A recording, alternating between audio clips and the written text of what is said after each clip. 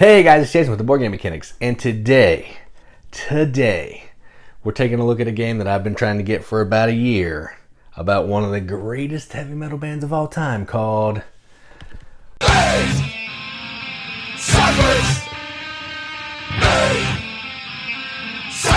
GWAR versus Time.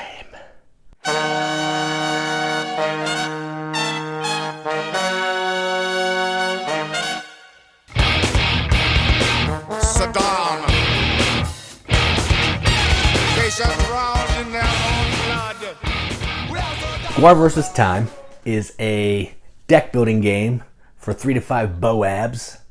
And what you're trying to do in this game is you are trying to earn the most favor with GWAR, or be the best part of GWAR, be the best Scumdog, be the best member of the SlavePit that you could be before time runs out. Time ticks down as you acquire more GWAR cards, meaning you're getting closer to the band, or when Penguin Attack comes or a Gathering of Ghouls card shows up. Time just keeps on ticking into the future. Nothing like putting a little Steve Miller in a GWAR video, but whatever. That's neither here nor there. But this is a deck building game. It's thematic. It's interesting. It's grotesque. Everything GWAR would appreciate. So let's go down to the table and see just how disgusting this game is. All right, so here is a game of GWAR versus Time, all set up for 3 players. The board's kind of a beast. It's a 3-panel board and it's huge. But to set up, it's pretty simple. Everything's kind of labeled. So you're going to have some minor extinctions you're going to put here. You're going to have some intergalactic wrestlers you're going to put here. Some mind control monthlies that you're going to put here. These are called generic cards. You're going to have 2 kinds of minions. You're going to have penguins and war ghouls, which may come into play depending on some cards that flip out in the conquest deck. Then you're going to have the villain deck. You're going to flip it out based on the number of players. So I've covered up all the 3 spaces because we're playing a 3-player. And you're going to have cards from the conquest deck. You're going to flip those out. They each have different factions, which I'm not going to go into a ton because that's like an advanced variant and it's not super important. It just gives you some extra things to do on your turn. And the only one I'm going to talk about really is the GWAR cards. They're red. GWAR cards are going to affect the time and thus speeding up the end of the game. And in a 3-player game, you're going to have this time wheel.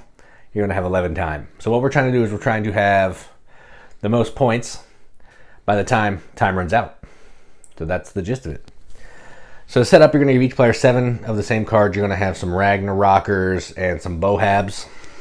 These are the starting cards. Bohab is the majority of the cards. There's also some Ragnarokers. And then you're going to give 3 different drafting cards of a possible 6. So there's 18 total cards in this drafting section, and each player is going to take 3. You don't have to take the same 3. You can take any 3 that you want, just to kind of have a little bit of variety in your starting deck. So let's go ahead and get started. In the first round, because there's some chaining that goes on, the first player gets to play 7 cards. So I'm going to go ahead and slide these down because you don't need to see the decks. So the first player gets 7 cards because they don't have the opportunity to chain. So the first thing that you're going to do on your turn is you're going to play a lead card. So in this case, I have 4 Bohabs and my 3 special cards. So when I play a lead card, what I'm going to do is I'm going to play this, and I can either say the faction type or I can just say the color. So in this case, I'm going to say black.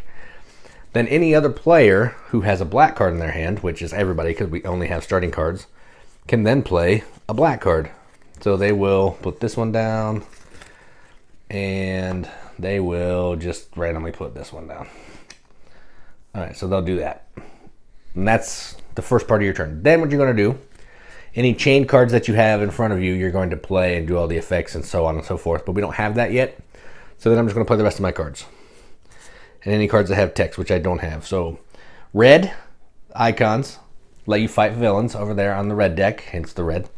Blue icons let you buy cards from the conquest row to get into your deck to give you points. The villains give you points too, but you just basically kill them and they're going up point pile.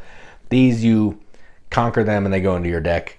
And anytime you take a GWAR card or the card that comes out, a Penguin Attack or the Gathering of the Ghouls comes out, it's going to advance the time. So let's see, we have 2, 4, 6, 8 blue, 10, 11, 14 blue, and 3 red. Is there any 3? I can't kill anything for 3, so I can't use my red, but I have 14 blue. So I can do some serious buying here. Let's see. So I'm going to go ahead and buy Berserker Blothar. He's a GWAR card, so what that means is I'm going to adjust the time track down. You can do that at the end of the round, but I just do it as soon as I buy it so I don't forget. This can go to my discard pile, and then I have 4 left. So I'm going to go ahead and buy a Galactic Wrestler. He's going to give me some red. These are always available. They always cost 4. This is 4 red. These are 4 blue, so on and so forth. Then I'll take the rest of these cards, put them in my discard pile, and I'll draw back up to 5.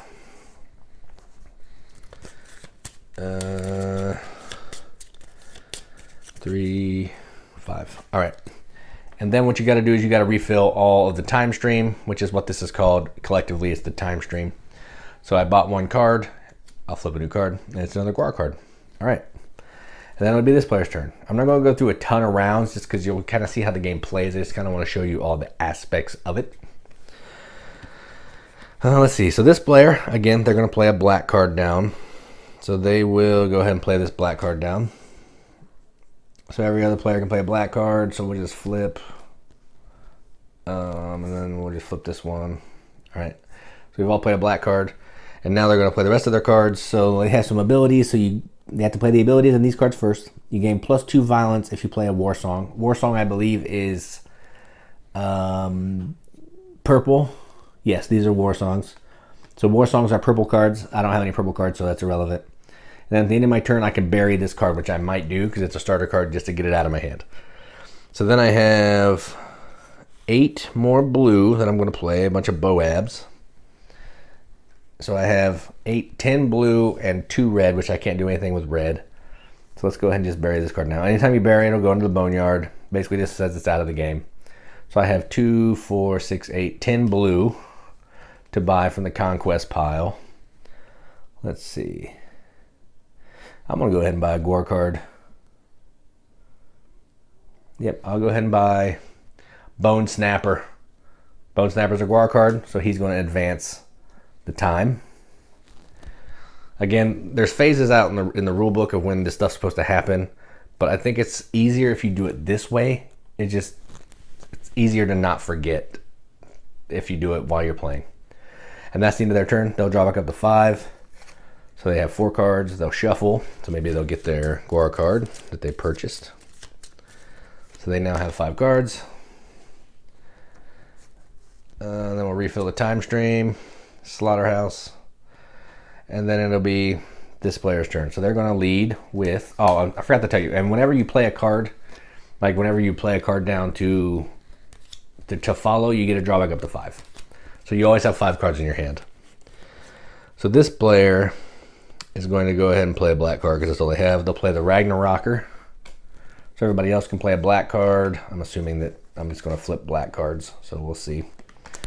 Nope, that's a GWAR card. Can't play that one. There we go. Black card. All right. So then they'll play the rest of their cards, which are just Bohabs, which are 2 blue. So they're going to have 2, 8, 10, 13 blue. So they will take this war song for 9, and they'll take an intergalactic wrestler for 4. And then they have 3 red. I don't think there's any villains that are 3 red, so they cannot do anything. So that is their turn.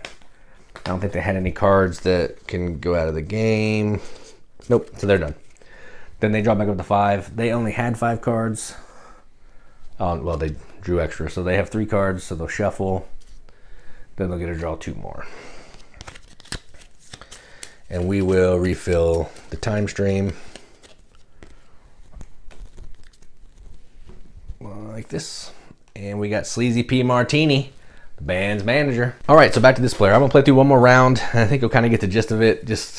It's standard deck builder stuff, but the trickiest part is that the chaining, which I forgot to draw back up to 5 here, is the chaining piece. So once you get that, the game kind of makes sense. And if you want to throw in the advanced variants, that adds a little bit to it as well.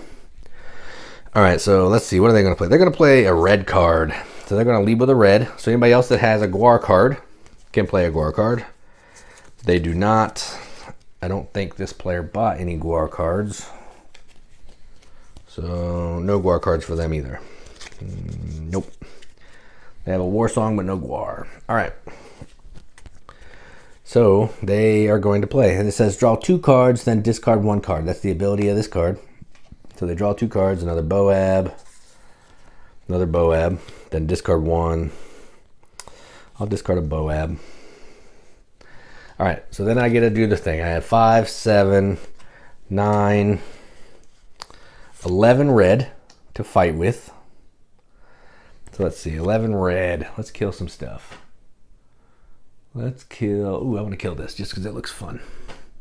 The Duke of Dogma is dying. So whenever you kill something, it's just going to go out here into a scoring pile. You can put it face down. And then I'll go ahead and kill the minor extinction because that gives me 11. So it's better to kill 2 than just to kill 1. Ooh, actually I won't kill the minor extinction. I will kill this because it's a 4 and it'll give me 2 points. So I'll do that. All right. So that was that. Now I got to spend my blue. So I have 3, 4, 5, 7, 9, 11 blue. Let's take Sleazy P Martini. And he's a GWAR. He'll go into my discard pile and I will advance the time track by 1. The game's pretty fast. So that's something to be on the lookout for, is you never know when it's going to end depending on how many people buy GWAR cards. Amazina.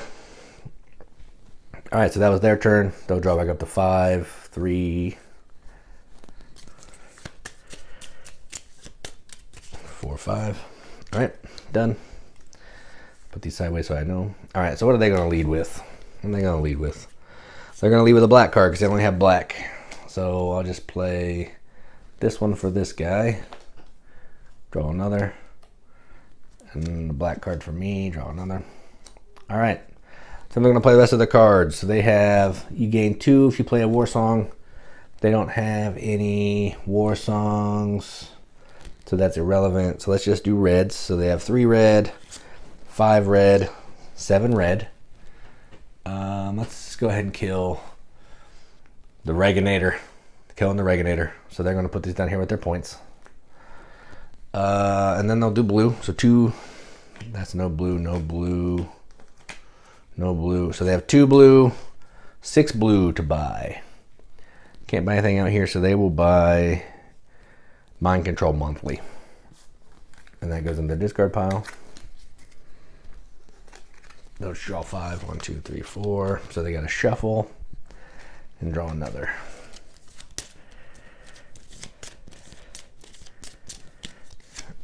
All right, so they're done. Now we'll go to this player. They're going to lead with a purple. So they're going to lead a purple. I don't think anybody else has purple, but let me look. Nope, they have GWAR. They only have black. All right, so no one else can play any cards. So they're going to use the ability on this card. Draw and play an extra card if you have at least 1 artifact of war. Artifacts of war are green. They do not have any green cards, so they will not play it. So they have 3 red. Let's do red first. 3, 6, 8. So I'm going to play both of these. That'll be 8 red that I can attack some fools with. Oh, I forgot to refill. Whoops. So let's go ahead and hit this one. No, this is more points. This is 3 points. So they're going to kill Toe Enamel, Demon of Rock and Roll. All right. So they killed that. Now they have all their blue, so they have 2, 4, 6, 9, 9 blue. They're going to go ahead and take Amazina. That advances this one, and now we have 7 time left, and that will be their turn. So they'll discard these and draw 5 cards. Whoops. 1, 2, 3, 4, 5. All right. All right, so that is how, that's 2 whole rounds. I guess I should have filled these up too. Okay. And that's how you play GWAR versus time. There are some cards in here. Let me see if I can find them. Cards in here that bring out the war song. So for example, the Gathering of the Ghouls. So whenever these come up and get into the timeline, you're going to do what it says. You're going to place a War Ghoul minion under each card in the time stream. If War Ghouls are already in play, disregard. In either case, bury this card. So this comes out. It'll basically go in the boneyard, and then you're going to take all these war ghouls, and they're going to go under. I'm just going to put them on top, but they would go under every card. Basically, when you buy a card or kill a villain, they're going to give you -1 point. So they just come out and kind of screw you up a little bit. And then there's penguins that will come out and do kind of the same thing. Similar, but they're going to function a little differently. But it's a penguin attack. Let me see if I can find that. Oh, he's in the wrong pile. Somebody put that away wrong. Good job. Let's see. Penguin attack. Penguin attack right here. So this is the penguin attack. Shuffle 1 penguin minion per player into the top half of the conquest deck. If a penguin attack has been played this turn, disregard. So when they come out, they're going to do some stuff. So this is going to bring penguins into the conquest deck. Penguins are going to come out and they're going to do some bad things. So outside of that and the chaining, it's pretty standard deck builder stuff, just with weird GWAR art and crazy theme. So that's GWAR versus Time. Let's go up the top, see what we think about it. All right, well, that was GWAR versus Time. I gotta say, GWAR has always been a guilty pleasure of mine. I like to listen to them when I'm mowing. I think their shtick and their getup is just ridiculous, and I love it. So when I heard there was a game about GWAR, I had to have it. So I reached out to the publisher. They sent me a copy, and the rest is history. Now I'm making a video telling you what I think about said video, and I now have a GWAR game and an ICP game on my shelves. Who else can say that? Not many people. I don't know if I should be proud of that or embarrassed, but whatever. So in this game, you saw in the playthrough, it's normal deck builder stuff, but this one has a couple different twists where you're doing that chaining action. So whenever a player plays a card, they're going to say basically either the color or the suit of the card. So you can say War Song or Purple or GWAR or Red, whatever you want to do. And then you're going to play the card down in front of you. If everybody else has a card in their hand that matches that suit or color, they can also play it down in front of them. So on your turn, you could possibly be playing, depending on the number of players, 9 cards if you get a follow suit every single time, which is really cool. So it's going to let you kill more baddies, going to let you conquer more cards, probably make you speed up the timeline a little bit quicker, but that's cool. Another interesting thing that I like about this is the timepiece. The GWAR cards are cool. Most of them are better cards than some of the other ones. So whenever you buy a GWAR card, it's going to make the time tick down. So then you're trying to decide, do I want to buy a couple other cards that aren't as good? Do I want to just take this GWAR card so I can advance the game and just get this card that I want? Do I care about not having those points and just get the cards that I want? So just a little piece of stuff that's just in the back of your mind while you're playing. So we gave this kind of we ragged on it a little bit on the last episode of a podcast, or an episode. I don't know when you're going to watch this. You could watch it a year from now and it would have been the last episode. So we ragged on this game kind of hard. Katie didn't really love it. Yes, it's kind of convoluted. Yes, some of the text on the card is hard to read. Yes, it isn't as easy playing as ICP or Dominion or Tanto Cuore or other games like that. But the theme and the silliness that goes along with this elevates it just a little bit. So probably if I didn't have such fondness for GWAR, this wouldn't get a BGM accepted seal. But since I do, and I've been wanting to play this, and I like deck builders, I'm going to go ahead and give this a BGM accepted seal. I'm going to give it a 3.5 wrenches out of 5, which is a 7 out of 10 on BGG. It's not a great game. It can be clunky. It has some funky text on the cards. It's hard to read. The rule book is pretty good, but could be better. Even with all that, I still think it's a fine game and it's fun, and I enjoyed it. So 7 out of 10, BGG 3.5 out of 5 wrenches. That mean absolutely nothing, but it makes me feel good. You know, the shtick. So yeah, that was GWAR versus Time. I'm Jason with the Board Game Mechanics. And as always, keep gaming.